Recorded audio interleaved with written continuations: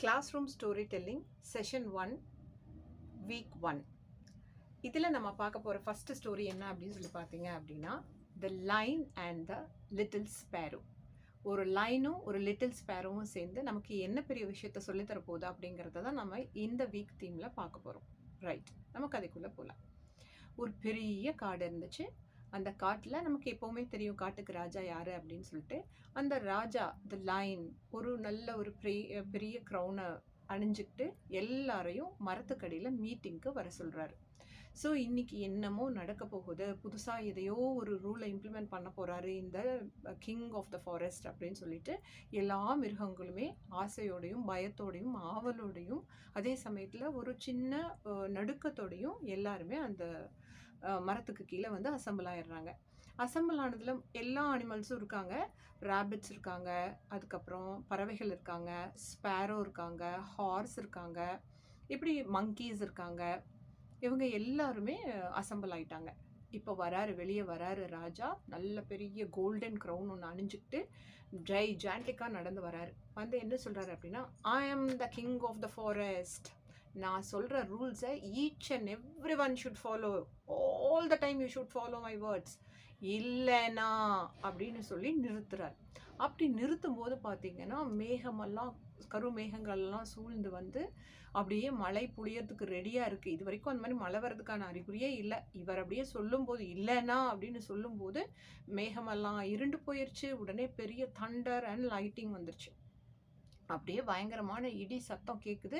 எல்லா மிருகங்களும் அசம்பிள் ஆகிருக்கிற இடத்துல இருந்து ஓட பார்க்குது. ஏன்னா மழை கொட்டுடுச்சுன்னா திடீர்னு எங்கே போகிறது அப்படின்னு தெரியல. அப்போ உடனே இல்லைனான்னு சொன்ன அந்த லைன் வந்து என்ன பண்ணுறாரு, அப்படியே வானத்தை பார்க்குறாரு ஆச்சரியமாக. பார்த்துட்டு எல்லாருக்கும் எங்கே போகணுமோ அங்கே ஓடி போய் ஒளிஞ்சுக்கோங்க அப்படின்னு சொல்லிட்டாரு. கோ வேர் எவர் யூ வாண்ட் அப்படின்னு சொல்லிட்டாரு. இந்த மீட்டிங் வந்து கேன்சல் ஆயிடுச்சு. கோ வேர் எவர் யூ வாண்ட் அப்படின்னு சொல்லிட்டாரு.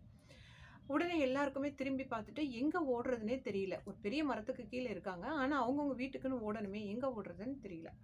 அப்போ உடனே வந்து இந்த லிட்டில் ஸ்பேரோவும் இதை வந்து லிசன் பண்ணிட்டு இருக்கு எல்லா பேர்ட்ஸோடையும் சேர்ந்து. மற்ற பறவைகள்லாம் அந்த பெரிய மரத்துக்கு கீழேயே வந்து அவங்கவுங்களுக்கான ஒரு பாதுகாப்பு தேடி போகும்போது லிட்டில் ஸ்பேரோ ஒரு சின்ன கிளி மட்டும் என்ன பண்ணுது, எல்லாரும் ஏன் பின்னாடி ஓடி வாங்க, நான் காமிக்கிற பாதையில் வாங்க அப்படின்னு சொல்லிட்டு வேகமாக சிட்டு சிட்டு சிட்டுன்னு பறந்துட்டு போகுது. அப்போது செய்வதறியாத திகைத்து நின்ற மற்ற அனிமல்ஸ் எல்லாமே என்ன பண்ணுறாங்கன்னா அவங்க பின்னாடி போகிறாங்க. போனவுடனே ரேபிட்ஸ்க்கு தேவையான அந்த கூட்டுக்குள்ளே எங்கே போய் இருக்கணுமோ அங்கே வந்து பக்கத்துலேயே இருக்கக்கூடிய ரேபிட்ஸ்க்கான கூடு அது வந்து ரேபிட்ஸ்க்கு காமிக்குது. மங்கீஸ் எல்லாம் அவங்களோட குழந்தைகளை பாதுகாப்பாக எடுத்துகிட்டு இந்த இடத்துக்கு போய் நில்லுங்க அப்படின்னு சொல்லுது. அமைதியாக இருந்த டீர்ஸ் லைனை பார்த்தோன்னா டீர்ஸ்லாம் அமைதியாக இருந்தது. அது உடனே தலை தெறிக்க ஓடி வருது. அந்த வரக்கூடிய டீர் அந்த மான்களை எல்லாத்தையும் ஒரு பாதுகாப்பான குகைக்குள்ள இந்த இடத்துல குகை இருக்குது, இந்த டைரக்ஷனில் போனீங்கன்னா அப்படின்னு சொல்லி லிட்டில் ஸ்பேரோ எல்லாத்துக்கும் டைரக்ஷனை காமிச்சிருச்சு. இந்த மாதிரி எல்லா ஹார்ஸுக்கு அது மாதிரி ஒரு இதையும் காமிச்சிருச்சு. இப்படி எல்லாத்துக்கும் காமிச்சோன்னா வித்தின் செகண்ட்ஸ் ஒரு மினிட்ஸ்க்குள்ள அந்த மழை பொழியறத வந்து இடி மின்னல் வந்து உடனே மழை வர்ற வேகத்துக்குள்ள இந்த ஸ்பேரோவை ஃபாலோ பண்ணி போன எல்லா அனிமல்ஸும் பாதுகாப்பாக அவங்கவுங்க இடத்துக்குள்ள செட்டில் ஆயிட்டாங்க. இதை பார்த்துட்டு இருந்த இந்த கிங் ஆஃப் த ஃபாரஸ்ட்க்கு ஒரே பெரிய டவுட்டு. இவ்வளோண்டு சின்ன கிளி எப்படி இவ்வளோ பேத்துக்கு இடத்த தந்துருச்சு? இங்கே நடக்க இருந்த பெரிய அசம்பாவிதமோ ஏதோ நடந்துருமோன்னு நான் பயந்துட்டு இருந்தேன். அதவே மறக்க வச்சிருச்சு இந்த கிளி. எப்படி இவ்வளோ தைரியம் வந்துச்சு இதுக்கு? அல்லது எப்படி இதனால் இதை செய்ய முடிஞ்சிச்சுன்னு ஒரே கேள்வியில் யோசனையில் ஆழ்ந்து போயிடுச்சு. அப்போது நம்ம இந்த கதையை ஸ்டாப் பண்ணிடுறோம். குழந்தைங்க கிட்ட கேட்குறோம், which makes the leader to be a distinguished personality. இப்போ இந்த இடத்துல ஒரு லயன் அப்படிங்கிற ஒரு உண்மையான லீடராக தெரிகிறாரா, இல்லை லீடருங்கிற பொசிஷன்லேயே இல்லாமல் எல்லாத்துக்குமே பாதுகாப்பு நிமிஷத்தில் வழங்கி செயல்படுத்தி காமிச்ச அந்த ஸ்பேரோ ஒரு லீடராக தெரிகிறாரா, ஒரு அத்தாரிட்டியாக தெரிகிறாரா அப்படிங்கிற கொஸ்டினை நம்ம குழந்தைங்க கிட்ட விதைக்கலாம். ஸோ இதிலிருந்து கிடைக்கிற மாரல் நம்ம எப்படி இதை எடுத்துகிட்டு போய் முடிக்கணும் அப்படின்னா உங்கள் ஸ்டைலில் நீங்கள் முடிச்சுக்கலாம். இதை முடிக்கும்போது நீங்கள் மறக்காமல் மனசில் பதிய வைக்க வேண்டிய விஷயம் என்ன அப்படின்னா தீம் ஆஃப் த ஸ்டோரி. அது என்னென்னா லீடர்ஷிப் வித் அத்தாரிட்டி.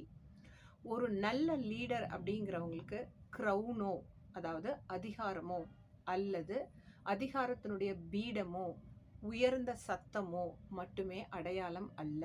அதெல்லாம் இருந்துட்டா மட்டும் அவங்க லீடர் கிடையாது.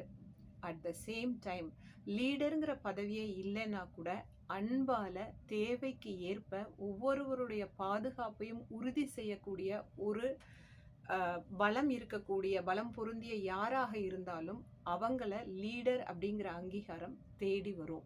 ஏன்னா அவங்க ஒரு authorised person for safeguarding beings. அது ஹியூமன் பீயிங்காகவும் இருக்கலாம் அல்லது அனிமல் பீயிங்காகவும் இருக்கலாம் அப்படிங்கிறத சொல்லி நம்ம முடிக்கலாம்.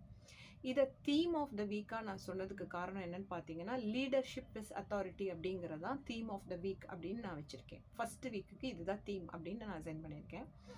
ஏன் வீக் ஃபுல்லாக இது அப்படின்னு சொன்னால், எல்லாரோட மனசுலையும் இந்த தீம் பதியணும். இப்போ நம்ம இங்கே தினமும் ஒரு ஸ்டோரியை நம்ம எடுத்துகிட்டு போய் சொல்லும் பொழுது கதை கேட்குற மாதிரி தான் ஒரு உணர்வு இருக்கும். எல்லாரும் மனதிலையும் பதிஞ்சுதான்னு தெரியாது. Especially for pre school children. அவங்களுக்கு நீங்கள் எடுத்துக்கும் போது தீம் ஆஃப் த வீக் அப்படிங்கிறதெல்லாம் அவங்களுக்கு தெரியாது. ஸோ நீங்கள் இன்னைக்கு கதை நான் சொல்லியிருக்கேன், இந்த கதையை யார் நாளைக்கு சொல்கிறீங்களோ அவங்களோட நேமை போர்டில் நான் எழுதுவேன், ஸ்டார் பண்ணுவேன், அல்லது அவங்களுக்கு ஒரு ஸ்டார் கொடுப்பேன், ஏதாச்சும் ஒன்று நீங்கள் சொல்லலாம். அல்லது ரிப்பீட்டடாக ஒரு 5 மினிட்ஸ்க்கு தினம் ஒருத்தருக்கோ 2 பேருக்கோ பேஸ்ட் ஆன் த ஸ்ட்ரென்த் நீங்கள் அந்த கதையை அதே கதையை ரிப்பீட் பண்ண வைக்கலாம். அப்படி ரிப்பீட் பண்ண வைக்கும்போது சில்ட்ரனோட க்ரியேட்டிவிட்டி அண்ட் இமேஜினேஷன் மாறிட்டே இருக்கும். ஒரு குழந்தை நீங்கள் சொன்னதை அப்படியே சொல்லும், ஒரு குழந்தை சில அனிமல்ஸை சேர்த்திக்கும், ஒரு குழந்தை ஒன்று மறந்து போகும், இன்னொரு குழந்தை இன்னொன்று சேர்த்தி சொல்லும். அப்போ மற்ற எல்லாருக்குமே அந்த இமேஜினேஷன் அண்ட் க்ரியேட்டிவிட்டி கண்டிப்பாக வளரும். அவங்களுடைய விஷுவல் தாட் அப்படிங்கிறது என்ஹான்ஸ் ஆகும், மெமரியும் என்ஹான்ஸ் ஆகும். அப்போ வீக் ஃபுல்லாக வெவ்வேறு நபர்களிடமிருந்து அந்த ஒரே கதையை குழந்தைங்க கேட்டுகிட்டே இருக்கும்போது குழந்தைங்களோட மனசில் கதை பதியறது மட்டும் இல்லாமல் நாம் எப்படி அதை எக்ஸிபிட் பண்ணுறது அப்படிங்கிற டேலண்ட்டும் வரும். டிஃப்ரெண்ட்டாக எப்படி சொல்கிறது அப்படிங்கிறதையும் சில குழந்தைங்க தெரிஞ்சுக்குவாங்க.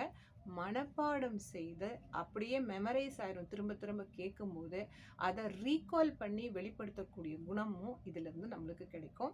ஸ்டோரியோட தீம் எஸ்பெஷலி மறக்காமல் குழந்தைகளோட மனசில் பதிஞ்சிரும்.